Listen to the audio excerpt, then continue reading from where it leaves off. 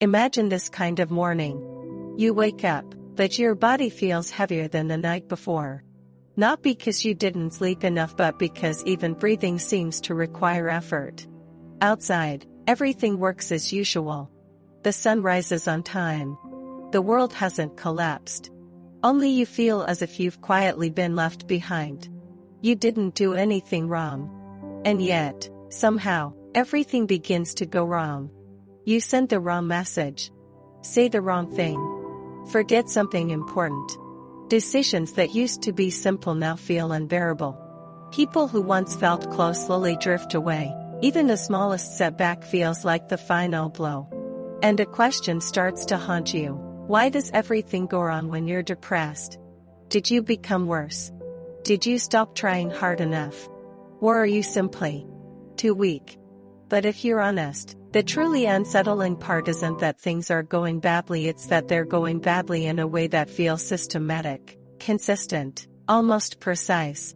As if the moment your mood sank, an invisible hand quietly rearranged the rules of reality. You begin to notice a disturbing loop. The worse you feel, the more mistakes you make. The more mistakes you make, the more you prove that you're incapable. And the more you believe that story, the more the world seems to confirm it with failure, rejection, and silence. So you start to wonder, are you depressed because everything is going wrong? Or is everything going wrong because you're depressed? It's a chilling paradox. If it's the former, at least you can blame the world. But if it's the latter, then your inner state may be silently distorting the reality you experience. And most people never realize this. They only see the surface. You become less productive, more emotional, less reliable, no longer yourself. What they don't see is that your perception, judgment, and sense of meaning are being slowly altered by an invisible filter. When you're depressed, the world doesn't simply become worse. It becomes narrower, darker, more hostile. Opportunities look like threats. Neutral responses feel like rejection. Silence feels like abandonment. You start living inside a reality that feels real but has been quietly re-edited. The most dangerous part. You believe it completely. You believe this is who I am. You believe I don't belong in this world. You believe trying is pointless. You may even mistake this state for clarity, maturity, or having seen through life. But what if all of this is nothing more than a convincing illusion created by depression? What if every decision you're making right now, every retreat, every act of self-sabotage is not truth, but a psychological mechanism choosing for you?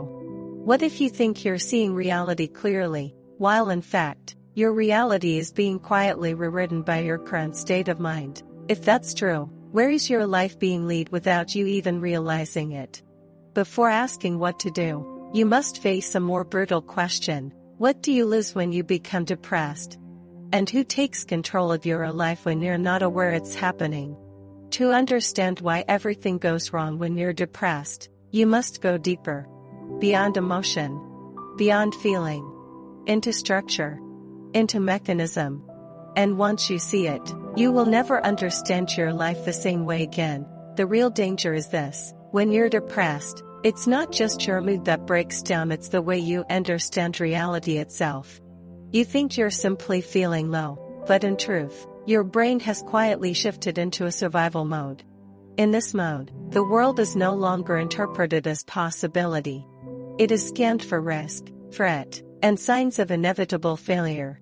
Carl Jung once said, "Until you make the unconscious conscious, it will direct your life and you will call it fate." In depression, this statement becomes brutally literal. Because depression is not merely sadness, it is a collapse of meaning. You don't lose the ability to feel joy first, you lose the ability to assign meaning to experience. The same event becomes something entirely different.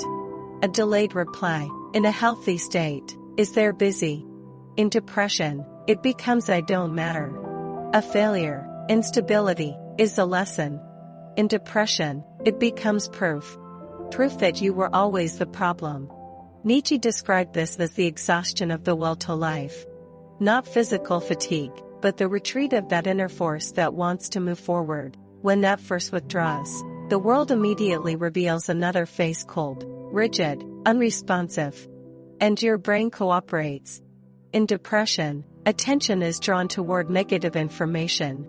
Memory retrieves scenes of shame, failure, and rejection.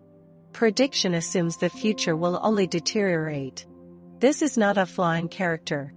It is the nervous system trying to protect you by lowering expectation and minimizing risk. But this protection slowly becomes a catastrophe. Schopenhauer believed suffering arises not from the world itself, but from how we interpret and desire within it. In depression, your interpretation of reality is hijacked by an extreme pessimistic philosophy. Temporary states become permanent truths. Local failures turn into final verdicts on your life. So you make choices that feel rational. You don't try to avoid failure. You don't speak to avoid rejection. You don't hope to avoid disappointment. What you don't see is that these choices are shrinking the boundaries of your existence. You are not defeated by the world. You are surrounded by an invisible interpretive framework. This is why everything goes wrong when you're depressed is not an emotional complaint, but a description of a structural collapse. When the inner world falls apart, the outer world will always cooperate, pushing you toward the same conclusion. But this still isn't the deepest layer. The most dangerous moment comes when you mistake this state for your true self. You say, maybe this is who I really am. You say, maybe this is clarity. You say, maybe I've finally seen the truth. And once you believe that, depression stops being a phase. It becomes an identity. What happens next will no longer be just an emotional issue, but a matter of destiny. The most terrifying part of depression is not the pain it causes, but how silently it changes the way you make choices. And life, ultimately, is nothing but the accumulation of choices. When you're depressed, you don't usually make obviously bad decisions. You make decisions that appear safe, rational, and risk-free. That's the trap. You choose not to pursue, not to risk, not to get close, not to express what you truly need. Each choice, taken alone, seems reasonable, but together, they form a hidden yet stable downward trajectory. You believe you're waiting until you feel better. In reality, you're missing critical turning points in your life. Psychology calls this learned helplessness. When someone remains in a state of powerlessness for too long, the brain stops trying to change the environment and instead adapts to the pain itself. This is why depression is so dangerous. It doesn't need to destroy you. It only needs you to stop resisting. Gradually, your relationships change. Not because you become unkind, but because you become unreachable. You stop initiating contact. You stop expressing emotion. You retreat from intimacy. Others don't know what you're going through. They only feel a growing distance, a cooling you can't explain. Relationships loosen. And once they do, depression gains new evidence. See, I really am alone. Then comes work and creativity. Depression doesn't always take away your ability. More often, it takes away your trust in your ability. You overanalyze. You delay. You reject outcomes before they happen. Opportunities pass by not because you weren't capable, but because you didn't step forward. Society explains this coldly. He lacks motivation. She has no ambition. They don't work hard enough. No one sees the effort it takes just to survive an internally collapsing world. Even deeper is the distortion of time. Depression flattens the future. It makes tomorrow vague, weightless, and uninviting. When the future loses gravity, effort in the present feels meaningless. You stop investing in long-term goals because you can no longer imagine later. And when a person loses connection to the future, they become trapped in present pain. This is why everything goes wrong when you're depressed is not an exaggeration. Not because the world turns against you, but because depression cuts off your access to connection, action, and future. The cruelest part is this: none of it feels dramatic while it's happening. No breakdown. No explosion. Just a slow, quiet, almost reasonable retreat. Until one day, You look back and realize you've arrived in a life you barely recognize. And you can't even tell which step was the first wrong one. The real turning point doesn't arrive on the day you finally feel better. It arrives the moment you realize something unsettling. Maybe the problem isn't that you're too fragile but that you're trying too hard to be normal. This is a dangerous thought. Because society pushes you in the opposite direction. Stay positive, adjust your mindset, be strong. Yet depression often deepens under these very demands.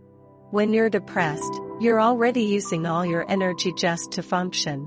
You don't collapse because you didn't try hard enough, you collapse because you've been denying your inner reality for too long. Carl Jung once said something brutally honest. Until you make the unconscious conscious, it will direct your life and you will call it fate. What you suppress doesn't disappear. What you avoid doesn't spare you. What you refuse to face will eventually decide for you. So the real rebellion isn't fighting depression, it's stopping the habit of treating it as an enemy. This sounds absurd at first. But consider this. What if depression isn't a malfunction, but a signal? A signal telling you you're living a life that doesn't fit you, playing a role disconnected from your inner truth, replacing who you are with who you think you should be. When you see depression this way, a crucial shift happens. You stop asking, how do I get rid of this as fast as possible? And start asking, what is this trying to show me? That single shift quietly breaks the deepest causal chain behind why everything goes wrong when you're depressed. Because for the first time, you move from passive suffering to conscious observation. The next step is even more counterintuitive. Shrink your world instead of trying to fix everything. Most people respond to depression by setting massive goals: reinvent your life, transform completely, become better. This usually creates deeper helplessness. What actually helps is reducing life to what you can truly carry. Not 5-year plans. Not life purpose. Not even will I recover. But questions like, can I feel one thing honestly today? Can I stop judging myself once today? Can I allow myself not to perform normalcy? These acts have no social prestige, but psychologically, they rebuild a sense of agency. Those who truly understood life often went through this inward collapse. Nietzsche's solitude. Jung's lone dialogue with the unconscious. Dostoevsky's descent into the underground. They didn't become strong first, they first allowed themselves to be completely out of sync with society. Because they knew, if you keep adapting to a world that makes you sick, you'll only become sicker. True rebellion is ending self-betrayal. When you stop rushing to fix yourself, when you stop treating depression as an error to eliminate, something unexpected happens. The world slowly becomes less hostile. Not because it changed, but because you finally stepped out of constant inner conflict. And that is where real recovery begins. Imagine a moment like this. Not when happiness returns. Not when depression disappears. Not when the world suddenly becomes kind. But when you realize something quietly devastating. What you called everything going wrong was simply the moment you could no longer lie to yourself. This is the most brutal and most honest answer to why everything goes wrong when you're depressed. Depression doesn't destroy your life. It dismantles the structures that kept your illusions intact. The things you once relied on: goals, roles, expectations, comparisons, borrowed meanings, all begin to fail. You call this collapse. Psychologically, it's a forced return to truth. Carl Jung believed we are born twice. Once physically, once psychologically. The first time, we are thrown into the world. The second time, we are forced to meet ourselves. Depression is often the pain of that second birth. Why does everything seem to fall apart? Why do relationships strain, motivation vanish, meaning dissolve? Because those systems were never built around who you truly are. They were built around adaptation, performance, and survival. When your psyche can no longer sustain that cost, it pulls the emergency brake. Every area that breaks is often where you betrayed yourself the longest. You think you're failing. In reality, you're refusing to continue a life that was killing you slowly. Here lies the final realization: depression is not your enemy. It is the first honest moment of your life. It forces you to stop performing, to abandon ambitions that were never yours, to face emotions you learned to suppress. For the first time, you are not a functioning role, you are a living human being. The world didn't suddenly become darker. You simply removed the filter. And true freedom is not feeling that all the time, it's no longer needing to feel good in order to exist. When you stop treating depression as a problem to eliminate, when you stop asking when will I be normal again, you begin recovering something deeper, respect for your own reality. The logic of life slowly changes. You stop fixing life and start relating to yourself. You stop proving worth and start experiencing existence. You stop chasing meaning, and meaning quietly emerges from truth. You may not become happy immediately, but things stop falling apart.